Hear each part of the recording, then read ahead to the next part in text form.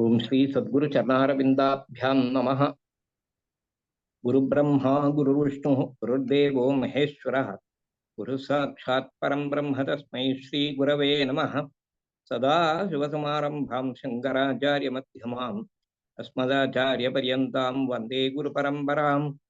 श्रुतिस्मृतिपुराणानामालयं करुणालयं नमामि भगवत्पादशङ्करं लोकशङ्करम्।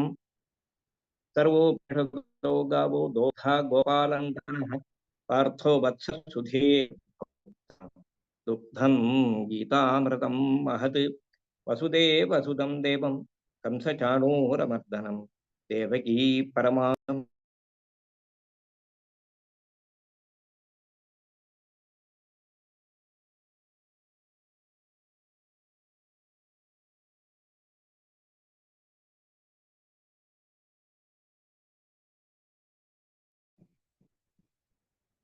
ഇവിടെ കഴിഞ്ഞ ദിവസം നാം നോക്കിയത് തത് സൃഷ്ട്വാ തദേവാനുപ്രാവിശത് എന്ന ഭാഗം വരെ നമ്മൾ അതിൻ്റെ സാമാന്യമായ ഒരു അർത്ഥം നമ്മൾ മനസ്സിലാക്കി. സ ഏവം ആലോച്യ തപസ്തപ്ത്വാ പ്രാണികർമാദി നിമിത്ത അനുരൂപമിതം സർവം ജഗത് ദേശതഃ കാലതഃ നാംനാ രൂപേണ ച യഥാ അനുഭവം സർവൈഃ പ്രാണിഭിः സർവാവസ്ഥൈഃ അനുഭൂയമാനം അസൃജത സൃഷ്ടവാൻ. അപ്പോൾ ഇങ്ങനെ ആലോചിച്ച് യസ്യ ജ്ഞാനമയം തപഃ എന്ന ആ തപസ് അനുഷ്ഠിച്ച് പ്രാണികർമാദി നിമിത്ത അനുരൂപം, പ്രാണികളുടെ കർമ്മങ്ങൾ മുതലായ നിമിത്തങ്ങൾക്ക് അനുരൂപമായി അവരവരുടെ അനുഭവത്തിന് ഉചിതമായ ദേശത്തിലും കാലത്തിലും നാമത്തിലും രൂപത്തിലും എല്ലാ അവസ്ഥയിലുമുള്ള എല്ലാം പ്രാണികളാലും പിന്നീട് അനുഭവിക്കാൻ പോകുന്നതായ ഈ ജഗത്തിൽ ഉൾപ്പെട്ട സർവത്തെയും സൃഷ്ടിച്ചു എന്ന്. അങ്ങനെയുള്ള ഈ ജഗത്തിനെ സൃഷ്ടിച്ചിട്ട് ബ്രഹ്മം ആ സൃഷ്ടിക്കപ്പെട്ട ജഗത്തിൽ തന്നെ പ്രവേശിച്ചു. ഇവിടെയാണ് ഒരു ചർച്ച ആരംഭിക്കുന്നത്. തത്ര ഏതത് ചിന്ത്യം കഥം അനുപ്രാവിശതീതി കിം യഃ സ്രഷ്ട സ തേനൈവ ആത്മന അനുപ്രാവിശത് ഉത അന്യേനേതി. ഈ സൃഷ്ടിച്ച വ്യക്തി ഉണ്ടല്ലോ, ബ്രഹ്മം, ആ ബ്രഹ്മം തേനൈവ ആത്മന അനുപ്രവിശത് ഉത അന്യേനേതി കിം താവത് യുക്തം. ആ ആത്മാവ് തന്നെ പ്രവേശിച്ചോ അല്ല മറ്റൊരു രൂപത്തിൽ പ്രവേശിച്ചോ? ഈ പ്രപഞ്ചത്തെ മുഴുവൻ സൃഷ്ടിച്ചു, മായാകാരണം എന്ന മായയുടെ ശക്തി, അതൊക്കെ പിന്നീട് ചർച്ചയിൽ വരും. സൃഷ്ടിച്ചതിന് ശേഷം ഈ ബ്രഹ്മം ആ സൃഷ്ടിക്കപ്പെട്ട ജഗത്തിൽ പ്രവേശിച്ചു എന്ന് പറയുമ്പോൾ ഈ പ്രവേശം അനുപ്രാവശ്യത് എന്ന് ശ്രുതിയിൽ കേൾക്കുന്നതായ ഈ അനുപ്രവേശം തേനൈവ ആത്മന, ആ ബ്രഹ്മം അതേ രീതിയിൽ തന്നെ പ്രവേശിച്ചതാണോ ഉത അന്യേനേതി, വേറെ രീതിയിൽ വേറെ സ്വരൂപത്തിൽ പ്രവേശിച്ചതാണോ? കിം താവത് യുക്തം, ഏതാണ് യുക്തമായിട്ടുള്ളത്? ത്വാ പ്രത്യശ്രവണാത്തെ യഃ സൃഷ്ട്വാ സയേവ അനുപ്രാവശ്യതി. ഒരു കാര്യം വ്യക്തമാണ്, തത് സൃഷ്ട്വാ, സൃഷ്ടിച്ച ശേഷം, തദൈവ അനുപ്രാവിശത്, ആ ത്വാ എന്നൊരു പ്രത്യയം അവിടെ ഉള്ളത് കൊണ്ട് അത് സൃഷ്ടിച്ചിട്ട് പ്രവേശിച്ചു എന്ന് പറയുമ്പോൾ ഒരേ വ്യക്തിയാണ് സൃഷ്ടിയും പ്രവേശനവും നടത്തുന്നത് എന്ന കാര്യത്തിൽ തർക്കമില്ല. പക്ഷെ ഏത് രൂപത്തിലാണ് പ്രവേശിച്ചത് എന്നുള്ളതാണ് ഇവിടെ വരുന്നത്. എങ്ങനെയാണ് അനുപ്രവേശിച്ചത്? ഈ സൃഷ്ടിച്ചവൻ അതേ രൂപത്തിൽ തന്നെയാണോ അതല്ല വേറെ രൂപത്തിലാണോ എന്നാണ് ഇപ്പൊ വിചാരണ നമുക്ക് ചെയ്യേണ്ടത്. എന്തുകൊണ്ട് എന്ന് ചൊന്നാൽ, ഏതാണ് യുക്തം, ഏതു തരത്തിലുള്ള വിചാരണയാണ് യുക്തം എന്ന് ചോദിച്ചാൽ, ഒരു കാര്യം വ്യക്തമായി, ആരാണോ സൃഷ്ടിച്ചത് ആ വ്യക്തി തന്നെയാണ് പ്രവേശിച്ചത് എന്ന് വിചാരിക്കുന്നതാണ് ഏറ്റവും യുക്തമായിട്ടുള്ളത്. അക്കാര്യത്തിൽ സംശയമില്ല. പക്ഷെ എങ്ങനെ പ്രവേശിച്ചു? നനു ന യുക്തം മൃദ്വച്ഛേത് കാരണം ബ്രഹ്മ തദാത്മകത്വാത് കാര്യസ്യ കാരണമേവ ഹി കാര്യാത്മന പരിണമത്തെ അതഃ അപ്രവിഷ്ടസ്യൈവ കാര്യോത്പത്തേരൂർധ്വം പൃഥക് കാരണസ്യ പുനഃപ്രവേശോ അനുപപന്നഃ നഹി ഘടപരിണാമ വ്യതിരേകേന മൃദോ ഘടേ പ്രവേശോ അസ്തി യഥാ ഘടേ ചൂർണാത്മനാ മൃദോ അനുപ്രവേശഃ ഏവം अनेन आत्मना नामरूपकार्ये अनुप्रवेश आत्मनः इति चेत् श्रुत्यन्तराच्च अनेन जीवेन आत्मना अनुप्रवेश्य എന്ന് പൂർവപക്ഷി പറയുന്നു. നനു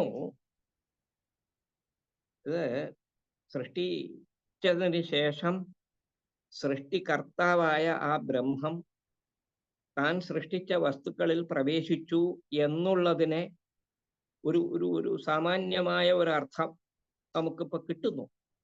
പക്ഷേ ശാസ്ത്രം അതിനെ കുറച്ചുകൂടി യുക്തിസഹമായി മനസ്സിലാക്കി തരും. നനു ന യുക്തം മൃദ്വത് കാരണം മൃദ്വത് ചേത് കാരണം ബ്രഹ്മ തദാത്മകത്വാത് കാര്യസ്യ.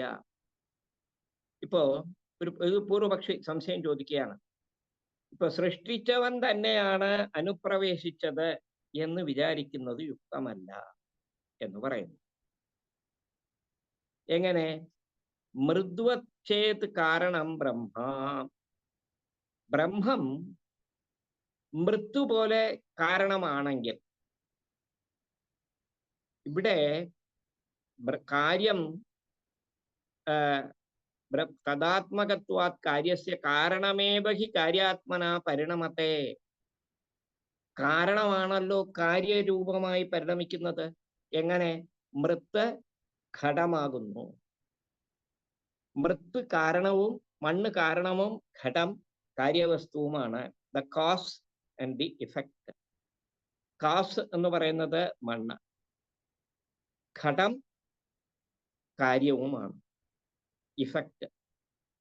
അപ്പോ കാരണമേവ ഹി കാര്യാത്മന പരിണമത്തെ, കാരണമാണല്ലോ കാര്യരൂപമായി പരിണമിക്കുന്നത്. അങ്ങനെ വരുമ്പോ എന്തു സംഭവിക്കും? കാര്യം ബ്രഹ്മാത്മകമാണ്, കാര്യമായ ജഗത്തും ബ്രഹ്മമായി പോകും എന്ന് കിട്ടുന്നു. ബ്രഹ്മം മൃത്യു പോലെ കാരണമാണെങ്കിൽ കാര്യം ബ്രഹ്മാത്മകമാണ്. കാരണം ബ്രഹ്മ, കാര്യം ബ്രഹ്മ എന്നാകും. കാരണമാണല്ലോ കാര്യരൂപമായി പരിണമിക്കുന്നത്. അതുകൊണ്ട് മുമ്പ് പ്രവേശിച്ചിട്ടില്ലാത്തതുപോലെ കാരണം കാര്യമുണ്ടായതിനു ശേഷം വീണ്ടും അതിൽ പ്രവേശിക്കുന്നു എന്ന് പറയുന്നത് യോജിച്ചതല്ല.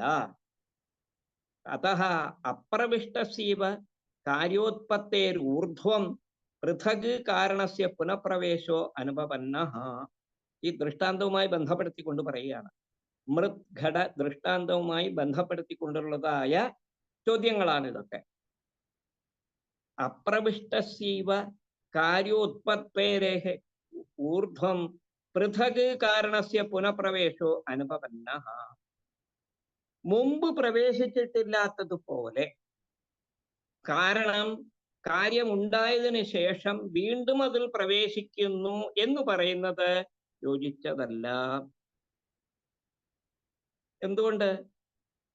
കാര്യം പരിണമിക്കുന്നു, കാരണം കാര്യമായി പരിണമിക്കുന്നു എന്ന് പറയുമ്പോൾ അപ്പൊ തന്നെ പ്രവേശമായി കഴിഞ്ഞു.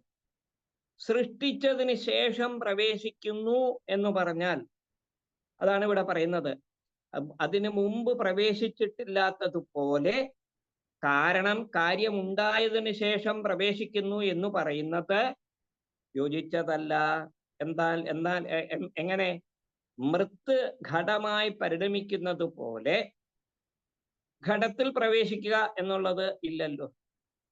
പരിണാമം കഴിഞ്ഞു, പിന്നെ മൃത്ത് എങ്ങനെയാണ് ഘടത്തിൽ പ്രവേശിക്കുന്നത്? നഹി ഘടപരിണാമ വ്യതിരേകേന മൃതോ ഘടേ പ്രവേശോ അസ്തി. അപ്പോ എന്തു പറയണം? യഥാ ഘടേ ചൂർണാത്മനാ മൃതോ അനുപ്രവേശ. അപ്പോ ചൂർണ രൂപത്തിൽ, ചൂർണം പൊടി, മൃത്ത് ഘടത്തിൽ പ്രവേശിക്കുന്നത് പോലെ ചൂർണാവസ്ഥയിലുള്ളതായ മൃത്തെല്ലാം സംഘടിച്ചുകൊണ്ട് ഘടമാകുന്നത് പോലെ, അപ്പോൾ ചൂർണ രൂപത്തിൽ മൃത്ത് ഘടമാകുന്നത് പോലെ, അനുപ്രവേശിക്കുന്നത് പോലെ വേറെ രൂപത്തിലാണ് ആത്മാവ് നാമരൂപാത്മകമായ പ്രപഞ്ചത്തിൽ കാര്യവസ്തുവിൽ അനുപ്രവേശിക്കുന്നത് എന്ന് പറയാം. ഇതാണ് പൂർവപക്ഷി പറയുന്നത്. ചൂർണാവസ്ഥയിലാണ് മൃത്ത് ചൂർണം അത് നല്ലപോലെ പൊടിയാക്കി അതിൽ പശിമ അതിൽ ഒരു ജലാർദ്രത ശരിയാക്കി അതിനെ ഘടമായി പരിണമിപ്പിച്ച് പിന്നെ ചൂളയിലിട്ട് ഘടമാക്കി എടുത്ത ശേഷം വീണ്ടും മൃത്ത് പരിണമിക്കുന്നു. മൃത്ത് അതിൽ പ്രവേശിച്ചു എന്ന് പറയുന്നത് യോജിച്ചതല്ല. അപ്പൊ മൃത്ത് ചൂർണ രൂപത്തിൽ ഘടത്തിൽ അനുപ്രവേശിക്കുന്നത് പോലെ വേറെ രൂപത്തിലാണ് ഈ അനുപ്രവേശത്തെ നാം മനസ്സിലാക്കേണ്ടത്. ഏവം അനേന ആത്മന നാമരൂപകാര്യേ അനുപ്രവേശ ആത്മനഃ ഇതി ചേത്. അപ്പോ ഈ നാമരൂപാത്മകമായ കാര്യത്തിൽ, അതായത് ജഗത്തിൽ ബ്രഹ്മം അനുപ്രവേശിക്കുന്നത് ഈ രീതിയിലാണ്. ചൂർണ രൂപത്തിൽ മൃത്ത് ഘടത്തിൽ അനുപ്രവേശിക്കുന്നത്. കാരണം മൃത്ത് അവയവമാണ് ഉള്ളതാണ്. മൃത്തിന് അവയവങ്ങളുണ്ട്. പരമാണു വരെ നമുക്ക്, ചൂർണത്തിന്റെ പരമാണു വരെ നമുക്ക് മനസ്സിലാക്കി കൊണ്ടുപോകാം. അങ്ങനെ വേറൊരു രൂപത്തിലാണ് മൃത്ത് മണ്ണ് ഘടത്തിൽ പ്രവേശിക്കുന്നത്. അങ്ങനെ നാമരൂപാത്മകമായ കാര്യത്തിൽ അനുപ്രവേശിക്കുന്നത് മാത്രമല്ല, അതിന് തക്കതായ ഒരു ശ്രുതിയും ഉണ്ടല്ലോ. അനേന ജീവേന ആത്മന അനുപ്രവേശ്യ എന്നൊരു ശ്രുതി ഉണ്ടല്ലോ. അനേന ജീവേന ആത്മന അനുപ്രവേശ്യ, ജീവരൂപത്തിൽ അതിന് അനുപ്രവേശിക്കുന്നു എന്നും പറയാമല്ലോ. അങ്ങനെയാണ് വിചാരിക്കേണ്ടത് എന്ന് പൂർവപക്ഷിയുടെ ഒരു സംശയം. അത് അപ്പോൾ തന്നെ അതിനെ നിരാകരിക്കുന്നു. നൈവം യുക്തം, ഇങ്ങനെ വിചാരിക്കുവാൻ സാധിക്കുന്നതല്ല. മൃതാത്മനസ്തു അനേകത്വാത് സാവയവത്വാച്ച യുക്തോ ഘടേ മൃതശ്ചൂർണാത്മന അനുപ്രവേശഃ മൃതശ്ചൂർണസ്യ അപ്രവിഷ്ടദേശത്വാച്ച. സാധ്യമല്ല. എങ്ങനെ? ഏകത്വാത് ബ്രഹ്മണഃ. എന്തുകൊണ്ടെന്നാൽ ബ്രഹ്മം ഏകമാണ്, മൃത്ത് അനേകമാണ്. സാവയവമായതുകൊണ്ടും ചൂർണ രൂപത്തിൽ ഘടത്തിൽ അത് അനുപ്രവേശിക്കുന്നത് യുക്തമാണ്. ചൂർണ രൂപത്തിൽ മൃത്ത് ഘടത്തിൽ അനുപ്രവേശിക്കുവാനുള്ള സാധ്യതയുള്ളത് ഈ മൃത്ത് അനേകമായതുകൊണ്ടും സാവയവമായതുകൊണ്ടും, അവയവങ്ങളോട് കൂടിയതുകൊണ്ടും. മാത്രമല്ല മൃത്തിന്റെ ചൂർണത്തിന് അത് പ്രവേശിക്കാത്ത ദേശവുമുണ്ട്. ഏതാ? ഘടഭിന്നമായ ദേശവുമുണ്ട്. ആ പ്രത്യേക ഘടത്തിൽ നിന്നും ഭിന്നമായ വളരെ ബൃഹത്തായ ഒരു ദേശവുമുണ്ട്. പക്ഷേ ബ്രഹ്മം അങ്ങനെയല്ലല്ലോ. ആത്മാവ് ഏകമാണ്, മൃത്ത് അനേകമാണ്. ആത്മാവ് നിരവയവമാണ്, മൃത്ത് സ അവയവവുമാണ്. മൃത്ത് പ്രവേശിക്കാത്ത പ്രദേശമുണ്ട്, ആത്മാവ് ഇല്ലാത്തതായ ഒരു പ്രദേശവും ഇല്ല എന്ന് അത്യന്തം വിലക്ഷണമാണ്. അതുകൊണ്ട് ആത്മാവ് അങ്ങനെ പ്രവേശിക്കുന്നതിന് ന്യായമില്ല എന്ന്. ആകെ കുഴപ്പത്തിലാക്കിയല്ലോ. ഇപ്പൊ കഥം തർഹി പ്രവേശസ്യാത്, എന്നാൽ പിന്നെ എങ്ങനെയാണ് ഈ അനുപ്രവേശം ഉണ്ടാകുന്നത്? തദേവ അനുപ്രാവിശത്ത് എന്ന് ശ്രുതിയിൽ പറഞ്ഞിരിക്കുന്നത് കൊണ്ട് പ്രവേശം ഉണ്ടായിരിക്കുകയും വേണം. തദേവ അനുപ്രാവിശത്ത് എന്ന് ശ്രുതിയിൽ പറഞ്ഞിട്ടുള്ളത് കൊണ്ട് ഈ അനുപ്രവേശം തീർച്ചയായും സംഭവിച്ചിട്ടുണ്ട്. കഥം തർഹി പ്രവേശസ്യാത്? യുക്തശ്ച പ്രവേശഃ ശ്രുതത്വാത് തദേവ അനുപ്രാവിശത് ഇതി. തദേവ അനുപ്രാവിശത്, തത് സൃഷ്ട്വാ തദേവ അനുപ്രാവിശത് എന്ന് ശ്രുതിയിൽ പറഞ്ഞിട്ടുള്ളത് കൊണ്ട് പ്രവേശം ഉണ്ടായിരിക്കുകയും വേണം. അതിനാൽ ബ്രഹ്മം സാ അവയവം ആയിക്കോട്ടെ. അപ്പൊ അങ്ങനെ അംഗീകരിച്ചാലോ. സാവയവം ഏവ അസ്തു തർഹി സാവയവത്വാത് മുഖേ ഹസ്തപ്രവേശവത് നാമരൂപകാര്യേ ജീവാത്മന അനുപ്രവേശോ യുക്ത ഏവ ഇതി ചേത്. ഒരു കാര്യം ചെയ്യാം, ബ്രഹ്മത്തെ നമുക്ക് സാവയവമായി അംഗീകരിക്കാം, അവയവങ്ങളോട് കൂടിയതായി അംഗീകരിക്കാം. ശാസ്ത്രവിരോധമാണത്. പക്ഷെ പൂർവപക്ഷി പറയുന്നു, ഈ ശ്രുതി തത്സൃഷ്ട്വാ തദേവ അനുപ്രാവശ്യത് എന്ന ശ്രുതി വ്യാഖ്യാനിക്കണമെങ്കിൽ ബ്രഹ്മത്തെ സാ അവയവമായി അംഗീകരിക്കണം. The Brahman which has parts എന്ന് പറയേണ്ടി വരും.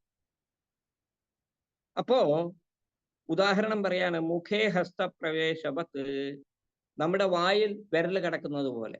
ഹസ്തം എന്ന് പറഞ്ഞാൽ ഇവിടെ വിരല്, നമ്മുടെ മുഖം എന്ന് പറഞ്ഞാൽ ഇവിടെ വായാണ്. വായിൽ കൈ കിടക്കുന്നത് പോലെ, വിരൽ കിടക്കുന്നത് പോലെ നാമരൂപാത്മകമായ കാര്യത്തിൽ ജീവരൂപത്തിൽ ആത്മാവ് അനുപ്രവേശിക്കുന്നു. അപ്പോൾ ചോദ്യത്തിന് ഉത്തരമായില്ലേ എന്ന്. മുഖേ ഹസ്തപ്രവേശവത് തർഹി സാവയവത്വാത് മുഖേ ഹസ്തപ്രവേശവത് നാമരൂപകാര്യ ജീവാത്മന അനുപ്രവേശോ യുക്ത ഏവ ഇതി ചേത് ന. അങ്ങനെ സ്വീകരിക്കാനും സാധ്യമല്ല. എന്തുകൊണ്ട്? അശൂന്യദേശത്വാത്. പ്രവേശിക്കണമെങ്കിൽ ബ്രഹ്മമില്ലാത്ത ഒരു വസ്തുവിലല്ലേ ആ പ്രവേശം സാധ്യമാകുന്നുള്ളൂ. ബ്രഹ്മമില്ലാത്ത ഒരു പ്രദേശം ഉണ്ടെങ്കിൽ മാത്രമേ ഇത്തരത്തിലുള്ള ബ്രഹ്മത്തിന്റെ പ്രവേശം സാധ്യമാകുന്നുള്ളൂ. ബ്രഹ്മം വ്യാപകമാണ്, സർവവ്യാപകമാണ്. അപ്പൊ ബ്രഹ്മമില്ലാത്തതായ ഒരു ദേശവുമില്ല. അശൂന്യദേശത്വാത്. കാര്യമായി പരിണമിച്ച, ഘടമായി പരിണമിച്ച മൃത്ത് എന്ന് പറയുന്നത് പോലെ കാര്യമായ പ്രപഞ്ചമായി പരിണമിച്ച ബ്രഹ്മത്തിന് നാമരൂപാത്മകമായ, അതാണല്ലോ കാര്യം, ആ കാര്യമാകുന്ന ദേശത്തിന് പുറമേ താനില്ലാത്തായ ഒരു പ്രദേശവുമില്ല. അങ്ങനെ ഒരു പ്രദേശം ഒഴിവായിട്ട് വേണ്ട ഈ പ്രവേശം സാധ്യമാകുന്നത്. നമ്മളിപ്പോ വീടിന്റെ ഉള്ളിലേക്ക് പ്രവേശിക്കുന്നു. എങ്ങനെ? പുറമേ വാതിൽ നിൽക്കുന്നു, കതവ് തുറന്നു, അകത്തേക്ക് പ്രവേശിച്ചു. എന്തുകൊണ്ട്? നമ്മൾ വ്യാപകമല്ല. ഞാൻ എന്ന ഈ വ്യക്തി വ്യാപകമല്ല. പിന്നെയോ വ്യാപ്യമാണ്, അല്പദേശവൃത്തിയാണ്. പുറമേ വാതിൽക്കൽ നിൽക്കുന്നു, കതക് തുറന്നു, അകത്ത് പ്രവേശിച്ചു. അതുപോലെയുള്ള പ്രവേശമല്ല ബ്രഹ്മം. എന്തുകൊണ്ട്? ബ്രഹ്മം എല്ലാ സ്ഥലത്തും വ്യാപിച്ചു നിൽക്കുകയാണ്. ഉള്ളിലും പുറമേ എല്ലാം വ്യാപിച്ചു നിൽക്കുന്നതാണ്. അപ്പോ ഒരു ഒഴിഞ്ഞ പ്രദേശം ഉണ്ടായിട്ട് വേണ്ടേ ജീവാത്മാവായിട്ട് അവിടെ പ്രവേശിക്കാൻ? അശൂന്യദേശത്വാത് നഹി കാര്യാത്മനാ പരിണതസ്യ നാമരൂപകാര്യദേശവ്യതിരേകേണ ആത്മശൂന്യ പ്രദേശോ അസ്തി. ആത്മശൂന്യമായ ബ്രഹ്മം ഇല്ലാത്തതായ ഒരു വസ്തുവും ഒരു പ്രദേശവും ഇല്ല. യം പ്രവിശേത് ജീവാത്മന,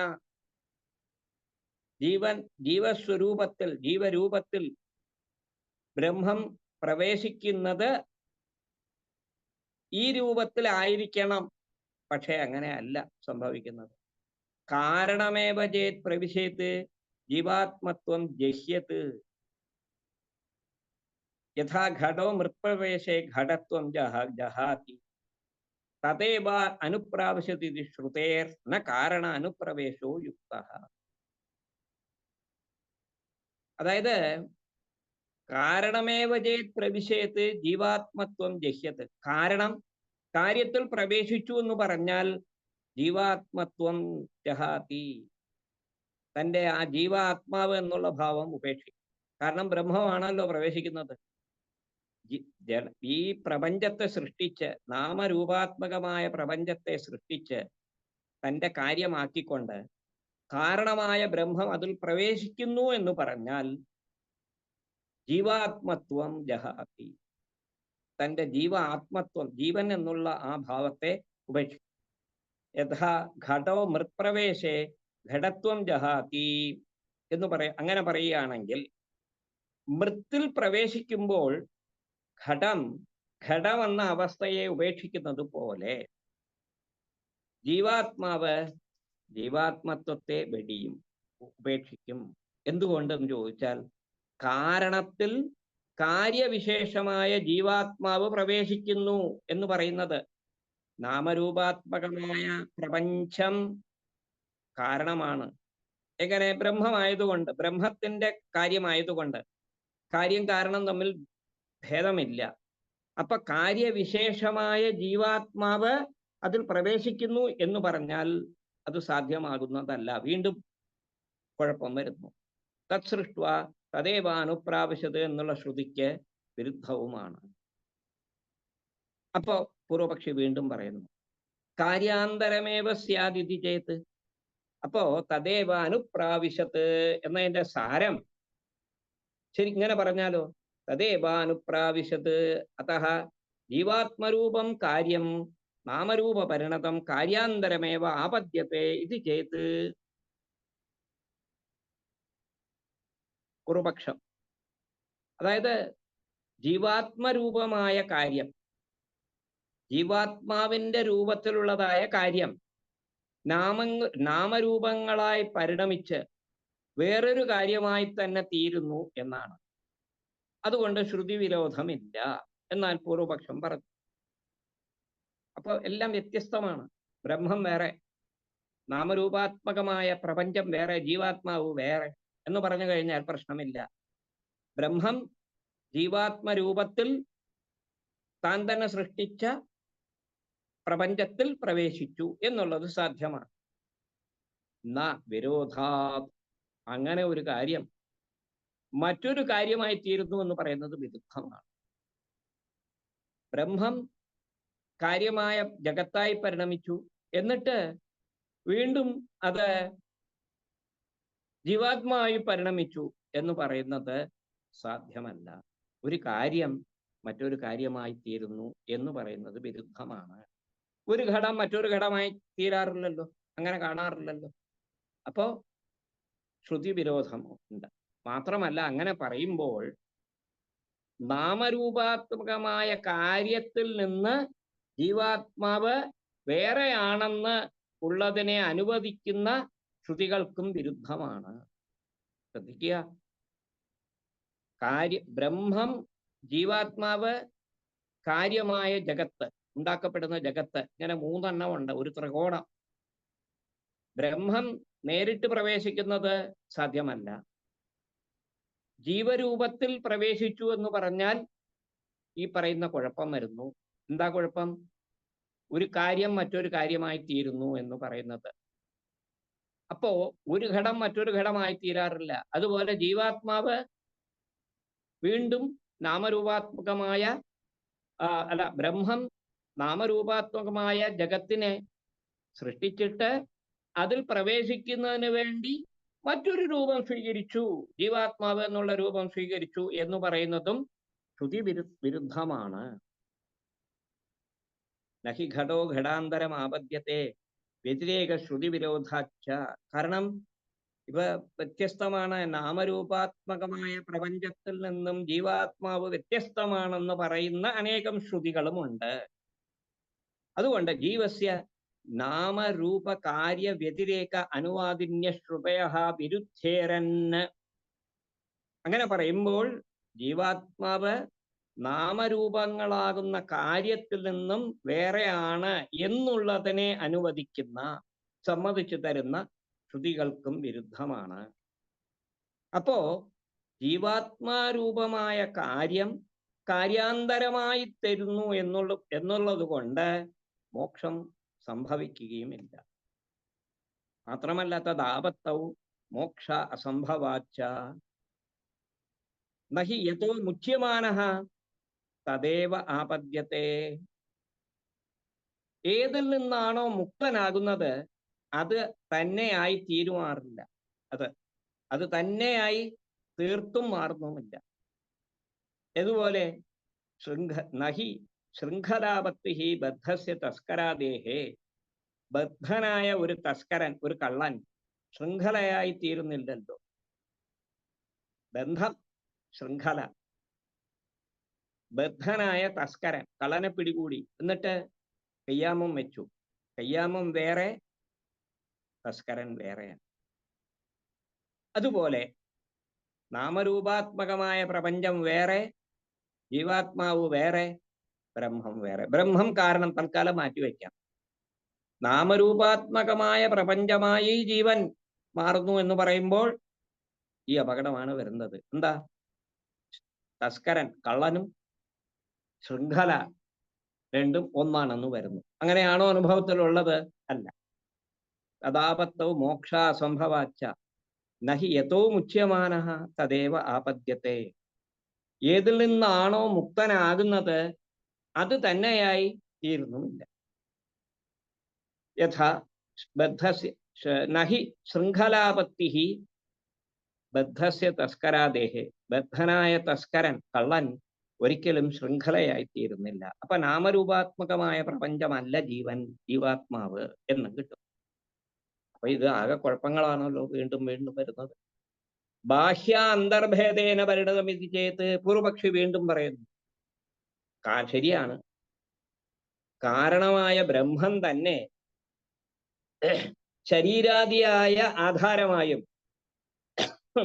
അതിനുള്ളിൽ ജീവാത്മാവെന്ന നിലയിൽ ആധേയനായും പരിണമിക്കുകയാണ് എന്ന് പറഞ്ഞാലോ അതിനെന്താ കുഴപ്പം?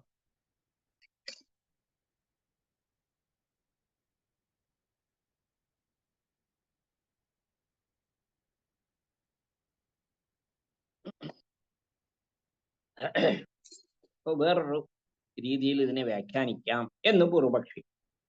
ബാഹ്യാന്തർഭേദേന പരിണതമിതി ചേത് തദേവ കാരണം ബ്രഹ്മ ശരീരാദ്യാധാരത്വേന തദന്തർജീവാത്മന ആധേയത്വേന ച പരിണതമിതി ചേത്.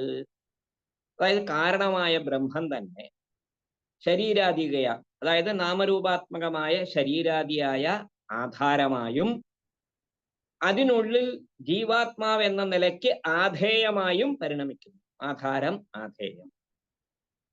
ഇങ്ങനെ എന്തുകൊണ്ട് നമുക്ക് അംഗീകരിച്ചുകൂടാ? അതും സാധ്യമല്ല എന്ന് സിദ്ധാന്തി അതും ഓവർ റൂൾ ചെയ്യാൻ. ബഹിഷ്ടസ്യ പ്രവേശോ ഭവത്തേഹേ നഹി യോ യസ്യ അന്തസ്ഥഃ സയേവ തത് പ്രവിഷ്ട ഉച്യത്തെ. ബഹിഷ്ടസ്യ അനുപ്രവേശഃ സ്യാത് പ്രവേശ ശബ്ദാർത്ഥസ്യ ഏവം ദൃഷ്ടത്വാത് യഥാ ഗൃഹം കൃത്വാ പ്രാവിശത്. അതിന് പറയുന്ന സമാധാനം എന്തെന്ന് പറഞ്ഞാൽ, പുറത്ത് സ്ഥിതി ചെയ്യുന്ന വസ്തുവിന് മാത്രമേ പ്രവേശത്തിന് ന്യായമുള്ളൂ. പുറത്തൊരു ഗൃഹമുണ്ട്, ആ ഗൃഹത്തിൽ നമ്മൾ പ്രവേശിക്കുന്നു എന്ന് പറഞ്ഞാൽ അനുപ്രവേശം സാധ്യമാണ്. ഒന്നിന്റെ ഉള്ളിൽ തന്നെ ഇരിക്കുന്ന വസ്തു അതിൽ പ്രവേശിച്ചതായി പറയാറില്ലല്ലോ. അങ്ങനെയുണ്ടോ? ലോകത്തിൽ അങ്ങനെ കാണുന്നില്ല.